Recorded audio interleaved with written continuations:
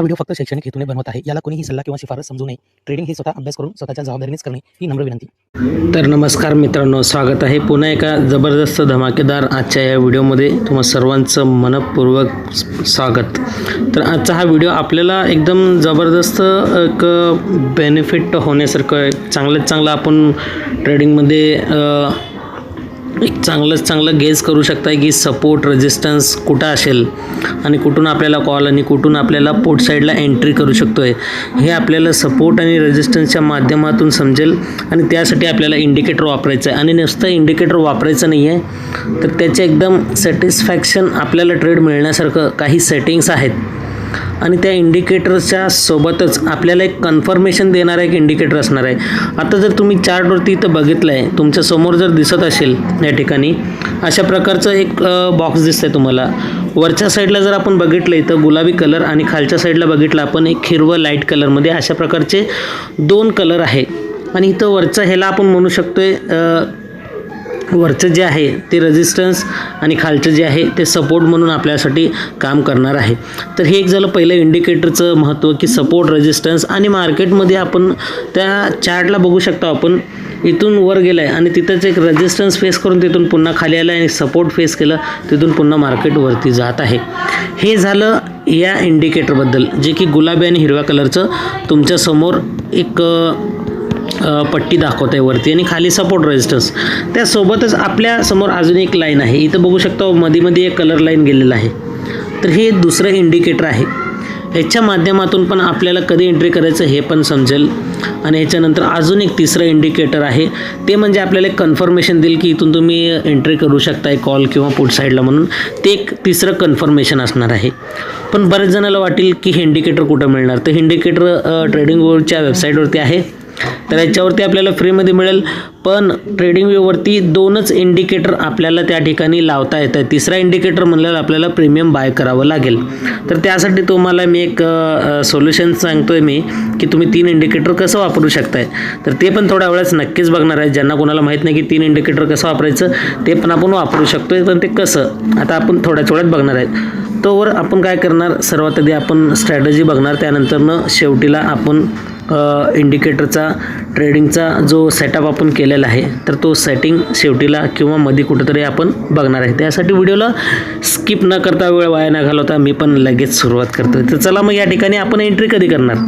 आता हे जे तुमच्या समोर जे दिसतंय वरती आणि खाली जे पट्टी दिसत आहे, तर मार्केट ह्याला जाऊन धडकलं तर एक प्रकारे आपण समजू शकतो की रेजिस्टन्स आहे. त्यानंतरनं खाली जाताना आपल्याला पुट साईडची एंट्री घ्यायचं आहे. आणि इथं जर खाली बघितलं आपण हिरव्या कलरची पट्टी, इथं जर कॅन्डल येऊन टेकले, ह्याला टच केले आणि याच्यानंतर जर वर जात असेल तर इथून आपण निश्चितच कॉलमध्ये ट्रेड प्लॅन करू शकतो आहे. पण याच्यामध्ये एक कन्फर्मेशन कसं घ्यायचं, आता जर आपण बघितलं या ठिकाणी तर इथं हे जे मधलं लाईन तुम्हाला दिसतं, हे लाईन कलरचं हिरवा कलर, त्यानंतर लाल झालं आहे, पुन्हा हिरवं झालं आहे, पुन्हा इथं लाल झालेलं आहे.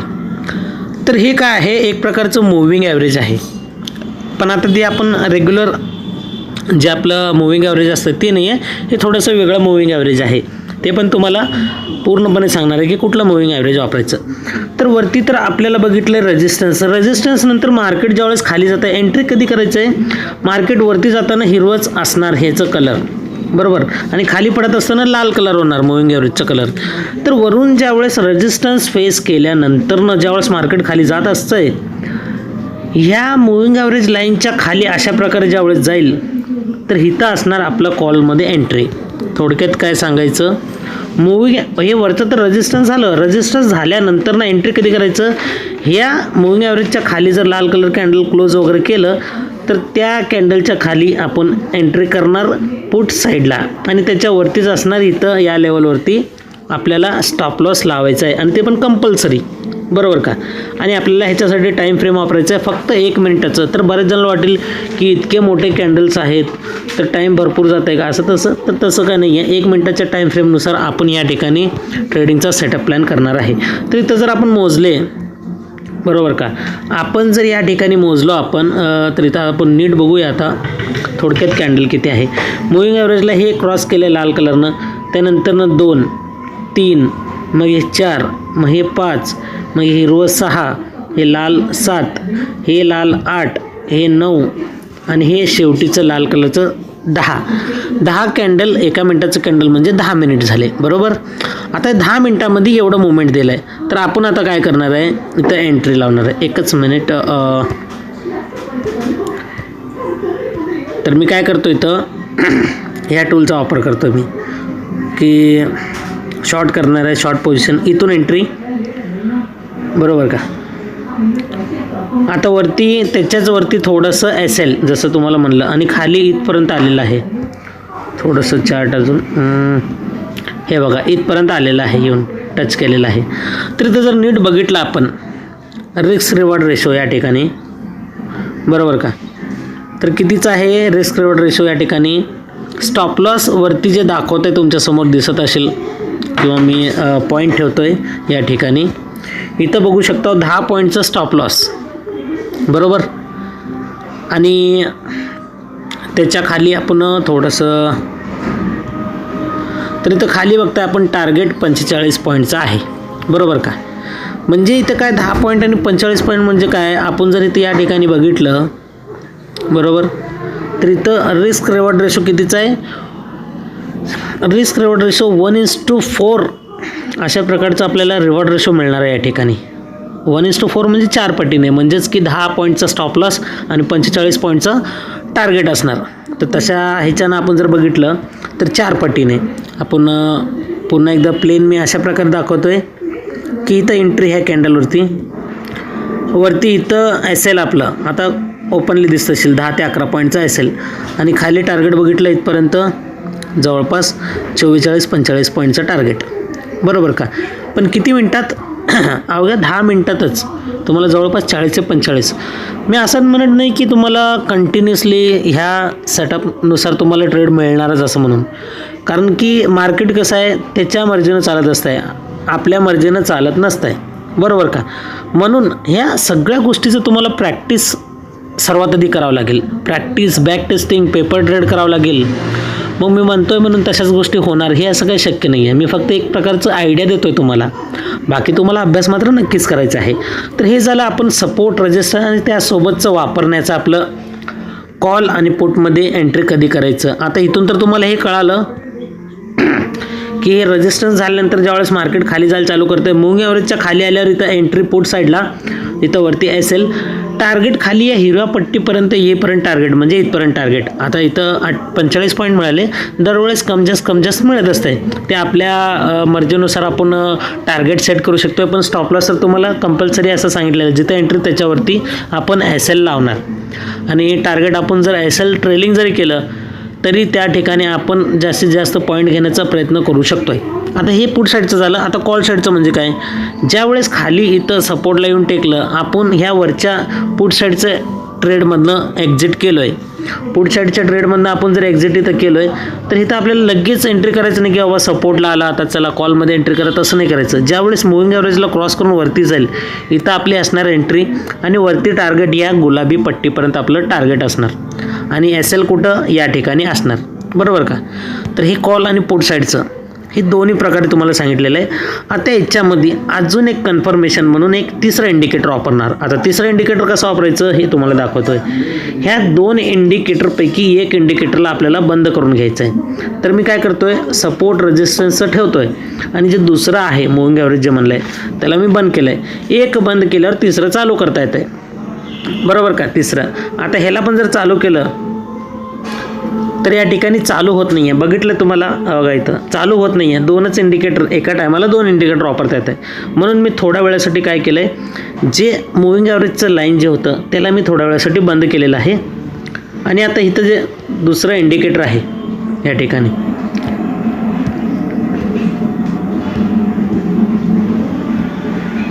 आता ह्याला थोडंसं मोठं करून घेतो आहे म्हणजे तुम्हाला पण व्यवस्थितपणे समजेल, बरोबर का. आता याच्यामध्ये हे स्टॉकिस्टिक हे जे RSIचं इंडिकेटर आहे, स्टॉकिस्टिक RSI हे तिसरं इंडिकेटर, तिन्हीचं मी सेटिंग वगैरे सगळ्या गोष्टी सांगणार आहे, त्यासाठी तुम्हाला थोडंसं वाट बघावं लागेल. आता स्टॉकिस्टिक इंडिकेटर कसं वापर करायचं, ज्या वेळेस हे डाऊन साईडचं आणि हे अपसाईडचं, बरोबर का, ह्याच्यावरती ज्यावेळेस येऊन भरपूर सेलिंग झाल्यानंतर ना मार्केटमध्ये भरपूर बाईंग झाल्यानंतर ना वरती जात आहे. ज्यावेळेस वरून खाली येईल हे निळा कलरचं लाईन जे दिसतं आहे, केसरी कलरच्या लाईनला जर खाली क्रॉस केलं आणि निळ्या लाईनमध्ये जर आलं तर आपण इथं पुट साईडमध्ये एंट्री करू शकतो आहे. आणि सेम तशाच प्रकारे मार्केट ज्यावेळेस वरून लाईन खाली येत आहे आणि निळा लाईन क्रॉस करून केसरी लाईनला क्रॉस करून वरती गेलं, या निळा पट्टीमध्ये जर आला, ग्राफमध्ये आला, निळा लाईन क्रॉस करून वरती गेला केसरीला, तर इथं आपण कॉल साईडचं एंट्री म्हणजे बरोबर एक्झॅक्ट ह्याच्यावरती आपण इथं कॉल साईडमध्ये एंट्री करू शकतो आहे. पण ह्याच्यामध्ये पण काही गोष्टी काही ठिकाणी फेल पण येतात, ट्रेड फेल जातात. ते पण आता आपण बघूया या ठिकाणी. आता बघा इथं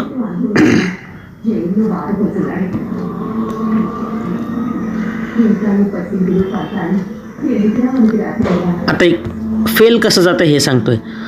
आता इथं खालून वरती निघाले इथपर्यंत, बरोबर का. आता हे जवळपास रेजिस्टन्सपर्यंत गेलं आहे, तिथून खालीच येणार. पण इथं काय दाखवतं आहे, हे खाली चाललेलं दाखवत आहे, बरोबर. म्हणजे आपण जर फक्त ग्राफ जरी बघितलं इथून निळा लाईन क्रॉस करून वरती गेलं, पण वरती तर इथं ऑलरेडी तिथं कुठं आहे, त्याच लेवलला आहे ज्या लेवलला जवळपास इथं रेजिस्टन्स आहे. मग इथं मार्केटवरून कॅन्डल पण इथं खाली आलं पाहिजे, या सपोर्टच्या पट्टीला टच केलेलं पाहिजे. आणि त्याच वेळेस एक्झॅक्ट जर आपण इथं बघितलं, ज्यावेळेस मार्केटवरून खाली पडलं इथं या पॉईंटला, एक्झॅक्ट त्याच्याच खाली जर बघितलं आपण RSIचं हे जे ग्राफ आहे ते पण आपल्याला दाखवतं की इथून आपल्याला कॉल साईडमध्ये एंट्री आणि वरती तिथूनच आपण एंट्री करू शकतो. जर आपण मुव्हिंग ॲव्हरेजची लाईन जर बंद केली थोड्या वेळासाठी, तर आपल्याला एक्झॅक्ट हे पॉईंट जातं. वरून मार्केट खाली पडलं आणि सपोर्ट रेजिस्टन्स आणि सपोर्टचं पट्टी बघितलं, हे पहिलं कन्फर्मेशन. आणि दुसरं म्हणजे RSIचं ग्राफमध्ये पण दाखवतं आहे की केसरी लाईनला निळ्या लाईनला क्रॉस करून वरती चाललं आहे आणि निळा ग्राफमध्ये आलं आहे आणि वरती चाललं म्हणल्यावर इथून आपलं कॉल साईडमध्ये पण एंट्री करू शकतो आहे. तर अशा प्रकारे आपण ह्याचा पण वापर करू शकतो आहे, बरोबर का. म्हणजे ह्याच्यामध्ये काय 2-3 प्रकारे आपल्याला कन्फर्मेशन्स मिळतील. एक तर आपण वरचं पण वापरू शकतो आणि इथं कन्फर्मेशन दोन्हीमध्ये पण एक्झॅक्ट सेम पाहिजे, बरोबर आहे का. आता जर बघितलं ह्याच्यामध्ये तर इथं लेवलमध्येच आहे, पण इथं हे खाली दाखवलेलं आहे, हे इथं रेजिस्टन्सला आहे आणि इथं RSIचं ग्राफ सपोर्टला आलेलं आहे. मग हे दोन्हीमध्ये कन्फर्मेशन नाही झालं तर आपल्याला काय करायचं आहे, थोड्या वेळासाठी ह्याला बंद करायचं आहे. कुठलं, RSI स्टॉकेस्टिकला.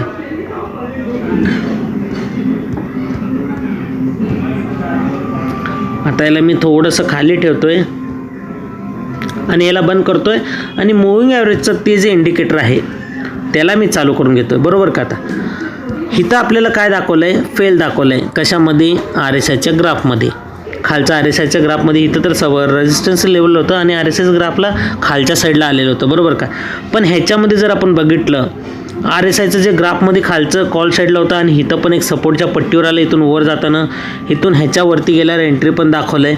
पण ह्याच्यामध्ये कसं आहे, हिरवा ग्राफ आहे अजून, म्हणजे हे निश्चितच इथं वरतीपर्यंत पोहोचणार आहे, बरोबर का. हिरवंच दाखवतं आहे, मुव्हिंग ॲव्हरेजचे जे कलर आहे ना तो हिरवा दाखवतो. त्यामुळं आपल्याला निश्चितच इथपर्यंत तरी आपल्याला नक्कीच टार्गेट मिळू शकतं. आणि बऱ्याच जणाला जर वाटलं की बाबा या ठिकाणी मार्केट बराच वेळ इथं सस्टेंड केलं आहे, मग आपल्याला टाईम डीके वगैरे होऊन तसं तर लॉस होईल का, असं पण जर वाटलं ना, तर ज्या वेळेस एक 5-6 मिनटाचं कॅन्डल किंवा 10 मिनटपर्यंत जर मार्केट तिथं स्टेबल राहिला, एक झोन बनवत राहिला, तर त्या ठिकाणी आपल्याला एक्झिट करू शकतो आपण. आणि ज्या वेळेस अशा प्रकारचा आपल्याला झोन बॉक्स बनवून घ्यायचा आहे, या बॉक्सला जर समजा वरती ब्रेक केलं तर इथं आपण पुन्हा कॉलमध्ये एंट्री, आतमध्ये इथं खाली थोडंसं SL लावायचं आहे आणि वरती टार्गेट ह्या पट्टीपर्यंत घेऊ शकतो.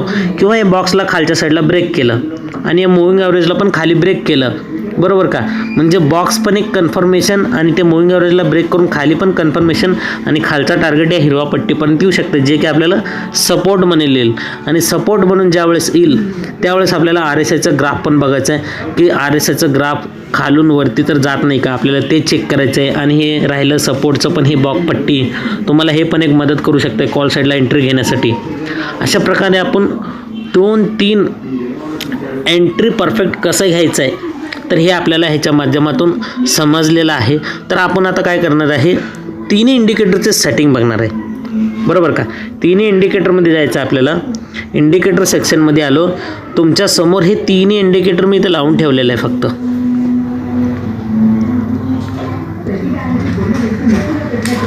आता हे तिन्ही इंडिकेटर जे तुमच्यासमोर लावून ठेवलं आहे मी, बरोबर का, ह्याच्यामध्ये आपल्याला हे तिन्ही इंडिकेटर हे घ्यायचं आहे. वरचं स्टॉकॅस्टिक RSI, 2 number support and resistance, power, बरोबर का, पॉवर चार्ट. आता इथं थोडंसं नाव इथं दाखवत नाही आहे. पॉवर चार्टचं मी स्पेलिंग तुम्हाला सांगतो आहे. पॉवर, एकच minute, support, resistance, power chart, power chart, chart prime असं दिलेलं आहे पुढं. आणि तिसरं म्हणजे 2 moving averages with zone colouring, with zone colouring. आता विथ झोन कलरिंग म्हणजे कसं आहे, 2 मूविंग ॲव्हरेज विथ लिहिलेलं आहे. आता झोन कलरिंग म्हणजे अशा प्रकारचं आहे, झोन आणि त्यानंतरनं कलरिंग. कलरिंग म्हणजे काय, आता इथं बघा, कलरिंग हे अशा प्रकारचं तुम्ही या ठिकाणी काय करू शकतो, ह्या इंडिकेटरचा वापर करू शकतो या ठिकाणी, बरोबर का. अशा प्रकारचे हे तिन्ही इंडिकेटर आपल्याला घ्यायचं आहे आणि तिन्ही इंडिकेटरचं आपण स्टेप बाय स्टेप सेटिंग बघणार. आता सर्वात आधी आपण बघणार 2 मूविंग ॲव्हरेजच्या सेटिंगवरती जायचं आहे आपल्याला आणि इथं इनपुटमध्ये यायचं आहे. इथं वेगळं असणार आपल्याला, इथं EMA1 पॅरामीटर 15, EMA2 पॅरामीटर 25 ठेवायचं आहे. वेगळं असेल तर हे अशा प्रकारे 15-25 ठेवा. त्यानंतर इथं स्टाईलमध्ये आपल्याला थोडंसं खाली यायचं आहे आणि इथं ते बॉक्स दिलेलं आहे तुमच्यासमोर एक. आता हे बॉक्स, आता इथे एक बॉक्स दिसतंय तुम्हाला जे बंद आहे, लेबल्स ऑन प्राइस स्केल, बरोबर का, त्याला बंद करून ठेवायचं आहे. बस एवढं सेटिंग ह्याची आहे. दुसरं सपोर्ट रेजिस्टन्स, त्याच्या सेटिंगवर जायचं आहे, इनपुटमध्ये यायचं आहे. इथं लेंथला 60 आणि एक्सटेंडला 30 ठेवायचं आहे. स्टाईलमध्ये यायचं आहे. स्टाईलमध्ये इथं काय चेंजेस करण्याची ह्याला गरज नाही आहे, ओके करून टाकायचं, पण एवढंच आहे. आणि तिसरं म्हणजे जे RSI याचं आहे तसंच ठेवलेलं आहे, काहीच सेटिंग याला चेंज केलेलं नाही आहे. बघितलं तर लोअर बँड 20 आणि अप्पर बँड 80चा आहे आणि मिडल बँड जे आहे 50 आहे. जसं आहे तसंच, म्हणजे ॲज इट इज, आपण याच्यात काही चेंजेस केलेले नाही आहे. बस हे तिन्ही इंडिकेटरचे सेटिंग अशा प्रकारे होते आणि 3 इंडिकेटर एक टायमाला आपण वापरू शकत नाही. जर एकाच टायमाला आपण वापरायचा प्रयत्न केलं तर इथं आपल्याला इथं क्वेश्चन मार्क जे दिसतं, इथं प्रश्नचिन्ह दाखवतं, म्हणजे हे चालू होऊ शकत नाही. म्हणून मग आपल्याला जर RSI वापरायचं असेल तर एका इंडिकेटरला आपल्याला काय करायचं आहे, अशा प्रकारे बंद करायचं आहे, डोळा झाकायचं आहे. त्यानंतर हे RSIचं, हे बघा इथं RSIचं आता ग्राफ ओपन झालं, कारण की एक इंडिकेटर बंद केलं तर दुसरं चालू होऊ शकतं आहे. ॲट अ टाईम तिन्ही इंडिकेटर आपण वापरू शकत नाही. तर निश्चितच ह्या इंडिकेटरचा वापर तुम्ही करून एक चांगल्यात चांगल्या ह्याच्यामध्ये ट्रेडिंगचा सेटअप प्लॅन करून, एक अभ्यास ॲनालिसिस करून, ह्याच्यावरती प्रॅक्टिस करून एक 10 ते 15 दिवस, मग तुम्हाला स्वतःच्या अनुभवाने तुम्हाला याच्यातलं ॲक्युरेसी समजेल की किती आलं म्हणून. आणि कोणाला समजलं की किती ॲक्युरेसी आहे तर तुम्ही नक्कीच कमेंट करून सांगू शकता. व्हिडिओ आवडला तर लाईक करा. येणारे पुढच्या अशाच प्रकारचे जर व्हिडिओ बघायचे असेल तर चॅनलला सबस्क्राईब करून बेल आयकॉन प्रेस करा. चला भेटूया मित्रांनो पुढच्या एका नवीन एक्साइटमेंट टॉपिकसोबत, एक नवीन जबरदस्त ट्रेडिंग सेटअप घेऊन खास तुमच्यासाठीच. तोपर्यंत भेटूया आपण नंतरनं. नमस्कार.